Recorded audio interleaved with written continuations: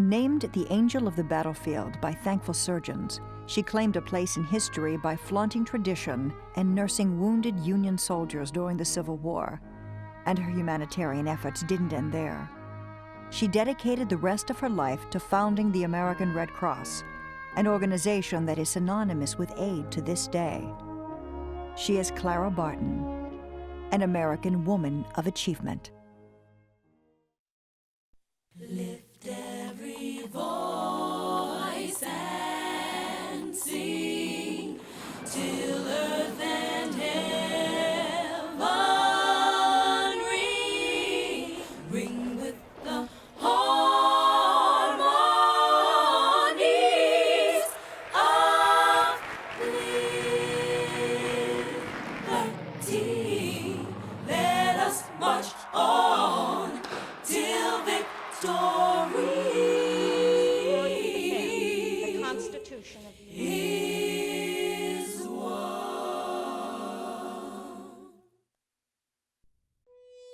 The year was 1862, and the Civil War was raging across the eastern United States. Men in both the Union and Confederate armies were being killed by the thousands or lay dying in field hospitals for want of appropriate nursing care. During a fierce battle near Chantilly, Virginia, a highly unfamiliar sight greeted the fallen Union soldiers as they lay waiting for medical help. Clara Barton, a small, dignified woman in her 30s, had defied the conventions of her day and military orders against letting women at the front lines, and was busily bandaging the wounded alongside male nurses and surgeons. It was the desire to help others in need that propelled Clara Barton to become the first woman nurse in the Civil War. The first to understand that nursing must be done on the battlefield in order for more lives to be saved. And for Clara Barton, the bravery she showed during the Civil War was just the beginning. She used her experiences to go on and become the founder of the American Red Cross. And she used her celebrity to convince Washington to join the International Red Cross, one of the most important charitable causes in world history. Clara Barton was a remarkable woman for her time, or for any time. She was a deeply concerned humanitarian who fought for women's rights, fought for fair treatment in all endeavors, and who genuinely cared for her fellow humans. Clara Barton is an inspiration to a lot of women because she had a great deal of maybe sense of purpose. She, whether consciously or not, set goals, tried to meet those goals. She did things in her time that a lot of women would never have had the nerve or whatever to do. And all really despite the fact that Clara Barton was basically a shy person. Clara Barton was born in North Oxford, Massachusetts on Christmas Day in 1821. She was the youngest of 5 children, and her father, Captain Stephen Barton, doted on Clara all his life. Captain Barton was a prosperous farmer and a representative in the state legislature, and he was also a generous and humanitarian citizen who strongly influenced his daughter's outlook. To understand Clara Barton, it's important to go back to her childhood. She was a sickly child, but she had toughness that just wouldn't quit. She was very fond of her father, who was Captain Stephen Barton, and he had fought in the Indian Wars of 1794 under a general by the name of Mad Anthony Wayne. And Clara heard many tales about the Indian Wars. This impressed her, and her father used to say, to give your life for a cause like your own country is the greatest thing that can happen. Serve your country, obey its laws, because this is what being an American is all about. I think from her father especially, she got a lot of encouragement that she could do whatever it was that she wanted to do. She grew up in a family of 2 older brothers, 2 older sisters. She was the youngest by 10 years. But I think that Mr. Barton especially instilled in all his children that they could do what it was that they wanted to do. She was devoted to her brothers and sisters. And her brothers, who were older than she was, David and Stephen, would take her horseback riding, bareback riding. They would play baseball with her. They would climb trees. And she didn't do any of the things that little girls of that age did in those days. She was brought up somewhat of a tomboy. And it developed a toughness in her that was to stand her well in the years ahead. When Clara was 10, her brother David was severely injured when he fell off the roof of a new barn at the Barton homestead. Doctors couldn't cure his constant fever and declared his case hopeless. But Clara refused to accept their diagnosis, and for the next 2 years, she nursed him back to health. Like many men and women in the coming decades, David Barton owed his life to his sister's extraordinary care and devotion. So Clara was the one recruited to take care of David. It developed in her an interest in nursing. And even though she never became a real nurse, she never went to school to be a nurse or anything like that, she had this sense of taking care of people. After finishing her own primary education in a one-room schoolhouse in North Oxford, Clara Barton took up the most common profession for 19th century women. She became a school teacher herself at the age of 17, having passed the necessary exams with ease. For the next 12 years, Clara toiled in small Massachusetts towns, teaching classes to children ranging in age from 4 to 13. And while she was very good at her job, there were challenges missing from her life. So in 1850, Clara enrolled for an advanced degree at the Clinton Liberal Institute in upstate New York. After graduating, she crossed the Hudson River and began teaching in Bordentown. Clara Barton went off to New Jersey, Bordentown, New Jersey, and opened the first free school in New Jersey. She did a tremendous job, and she lobbied the town fathers for what she needed. And before long, she had 600 students. Now, for the first time in her life, Clara faced real adversity. Because the school she established was so popular, the same politicians who doubted her ability to succeed now told her that a man must run the institution because it was too large for a woman to administer. Although she fought against this inequity, the battle wore her down, and she suffered the first of several nervous breakdowns she would face throughout her life. So in 1854, Clara Barton resigned her position and ventured into a whole new life. She was 32, unmarried, and ill, but determined to start fresh. Clara Barton went to visit her sister in Washington, D.C. after being forced out of her position in Bordentown. The nation's capital appealed to her, and through congressional connections from Massachusetts, she quickly found a job in the U.S. Patent Office, copying secret papers at 10 cents for every 100 words. Barton was one of the first woman professionals in the federal government, and tension was high because the male employees were threatened by her presence. Name-calling, rude remarks, and tobacco spitting were not rare occurrences to be endured by the women. The discrimination became so bad, in fact, that Clara's boss finally had her work from home. Clara went back to Massachusetts and for 3 years filed her work from there. Then, with the election of Abraham Lincoln in 1860, everything changed. Clara returned to her job in Washington, but she found a city changed as well. While she was there at the Patent Office, the Civil War broke out. And because she had been a school teacher in Massachusetts, in New Jersey, and especially in North Oxford, Massachusetts, where she came from, many of the soldiers who started coming in to Washington, D.C. aboard the trains from up north were boys that she knew. The 6th Massachusetts Regiment she was very familiar with. She had taught many of these kids. They were still kids to her. They were 17, 18 years old, and here they were on these trains. They had to fight their way through Baltimore. They were sniped at by Southern sympathizers, and they came to Washington pretty beat up in these trains. She went down to the trains. She greeted the regiments that were coming in. She thought what to do. Get things to them, something to eat, something to drink, a place to sleep. And she was furious with the military because they just didn't seem to have any organization for taking care of the wounded or to just take care of their own troops. Who was going to feed these boys? There was probably a tremendous sense of panic that was felt throughout Washington when the Civil War began. Keep in mind that Washington is just over the border from Virginia, so it's very close to this newly organized Confederacy, and there was this constant fear of, an imminent invasion of Washington, D.C., and that's where Clara Barton was when the war began. So certainly she was not at all removed from the excitement and some of the fear that people felt when the war first began. As the wounded came in, they put some of the wounded in the Capitol building in Washington, and she went down and helped to nurse those wounded. But at that time in the Army, they allowed no women nurses on the battlefield. All the nurses were medical men or aides and orderlies. Clara Barton was frustrated. She was nursing men in the Capitol and filling her apartment with supplies for the wounded.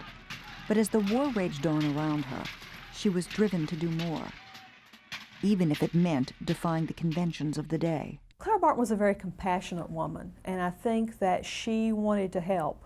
And also she was a very independent woman, and she wanted to do things her way. And I think that she felt that if she went out to the battlefield, that she could be of a great deal of assistance, and that she would also have the independence and the freedom to do it the way she wanted to do it.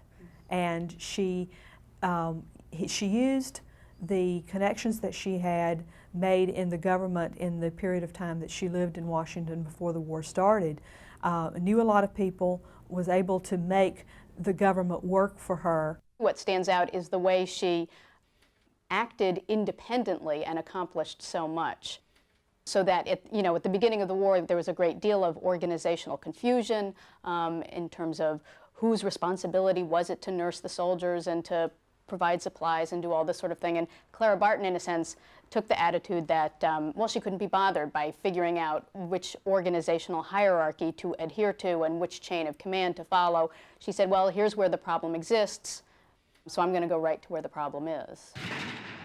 The problem, of course, was on the battlefield itself, where the wounded soldiers were not being adequately cared for and were dying at a much higher number than necessary. Clara Barton vowed to wage her own battle against this tragic condition and began writing numerous influential government officials. When the Battle of Cedar Mountain took place, she arrived, and it was a warm summer day, and the wounded, perhaps 3,000 of them, were scattered out along the hillside, and she was appalled. Nobody was looking after them. They brought their wagons to a halt. They went out to the wounded. They tried to do what they could to make them comfortable. Even though battlefield nursing was considered improper for a woman, Barton pressed ahead for permission to accompany the troops themselves. Finally, after months of waiting, she received a letter from the Surgeon General of the United States, enabling her to perform her crucial occupation for the Union Army. The first time where she really got involved in going to the battlefield in a very organized way was at the Battle of Antietam. The Army allowed her to assemble a convoy. They gave her soldier drivers. She had mule teams. They loaded up her wagons with sanitary commission stores, and they began hauling this stuff to the battle site. The problem was that the artillery was about 10 or 11 miles ahead. Here were all these things that the soldiers needed at the rear. And her first thought was, we have the artillery, the infantry, and then us. And these men are going to be shot at, they're going to be hungry, and we won't be to them for days. So at the first spot where they stopped for the night, the Army bedded down, and Clara went to her mule drivers, these soldiers, and she said, look, we're going to take these wagons around the Army. We're going to go up behind the artillery. We're going to be the first out there, and we'll do it while the others sleep. And in the morning, the battle began, and Clara had the wagon drivers drive right through the battlefield, and the reports say that the shells were exploding all around her wagons. The Confederates refer to the battle as the Battle of Sharpsburg, and the Union refers to it as the Battle of Antietam. And this is where their conflict takes place in September 1862. And it is the single bloodiest day of fighting of the Civil War. and the casualties are tremendous, and afterwards everybody is tremendously sobered and overwhelmed by the number of dead on both sides that emerge from this battle. For Clara Barton, nursing during the Civil War was probably a little bit more gruesome than for some of the other nurses because of where she was, right out on the battlefield, helping the surgeons in many cases, going, say for example at Antietam, she got there, the battle was still going on, she found one of the surgeons already at work in a farmhouse, actually probably on the porch of a farmhouse, and like the piles of arms and legs that had been amputated. Because keep in mind at that point in time there was very little in the way of anesthesia, very little in the way of drugs that were to fight infection, and so the way they dealt with a lot of the wounds, especially from the mini balls that shattered bones, was they just took the arms or the legs off, because very often they'd have to eventually do it anyway. Year after year, from the battles of Fredericksburg and Spotsylvania, from Gettysburg on to the defeat of the Confederate Army by Ulysses S. Grant, Clara Barton continued to nurse the wounded, assist doctors, cook meals, wash bandages, and train other women to become Army nurses. And for all the horrors of the war, she was changing in a positive way. The war seems to have represented a real turning point in her life as far as proving to herself what she was capable of. By the end of the war, Clara Barton had become superintendent of nurses for the Army of the James. But more importantly, she had become nationally famous. I think Clara Barton was very proud of the fact that she became known as the angel of the battlefield. I think it helped to give her a sense of how much her work had meant to the soldiers especially. That term actually came from one of the doctors that she worked with at a couple of different battles. A Dr. Dunn gave her that title originally because he did see her as somewhat of an angel. Someone who arrived just in time with supplies, with medicines, with bandages that he very badly needed at that given moment. And so I think that over the years that was something that she was very proud of, the work that she had done during the war and the fact that she was revered for that work. The Civil War was over, but its horrors were not. Because of her notoriety, Barton received hundreds of letters from relatives of missing soldiers asking for assistance in finding their kin. One of the most heated issues right in the immediate post-war period was the question of prisoner of war camps and the treatment, especially that Union prisoners experienced at the hands of the Confederates. And horror and outrage focused specifically on Andersonville, which from all accounts was truly a hellish place to be. Clara Barton helped locate over 13,000 names of Union soldiers buried in Georgia's Andersonville prison, and then went on over the course of 4 years to locate nearly 10,000 more missing and dead Yankees. The physical and emotional strain was simply too much after years of stress, and Clara Barton suffered her second nervous breakdown. Doctors ordered her to Europe for a rest cure. She went to Europe on what was supposed to be a vacation, and one of the places she visited was Switzerland, and there she found out about the work of the International Red Cross. Barton was approached by Dr. Louis Appia of the Red Cross in Geneva, Switzerland. He and his colleagues knew about her work during the Civil War, and they wanted to find out why the United States had 3 times declined to become part of their new organization, the International Red Cross, which had been formed by Jean-Henri Dunant in 1863. 16 nations had agreed to join this new relief organization, which would be dedicated to helping all soldiers during any war.